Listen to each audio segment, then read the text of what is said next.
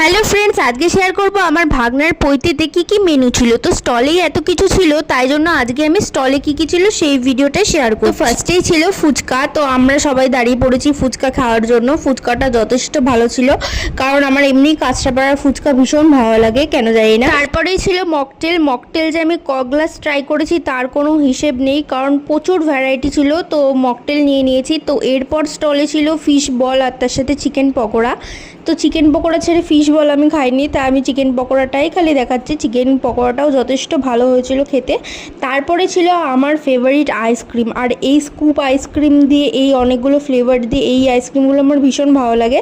তো আইসক্রিমও মোটামুটি 20টা তো খেয়েইছি। মাত্র ভাগ্নের পৈতে বলে কথা, যতগুলো পেরেছি আইসক্রিম খেয়েছি। এরপরে ছিল তন্দুরি চা। তো এটা আমার ভীষণ ফেভারিট, গরম ছিল তাও আমি চা ছাড়িনি, কারণ শীত গ্রীষ্ম বর্ষা আমরা তো চা প্রেমী বস। তো তারপরেই ছিল পানের কাউন্টার। তো আমি পান খাই না,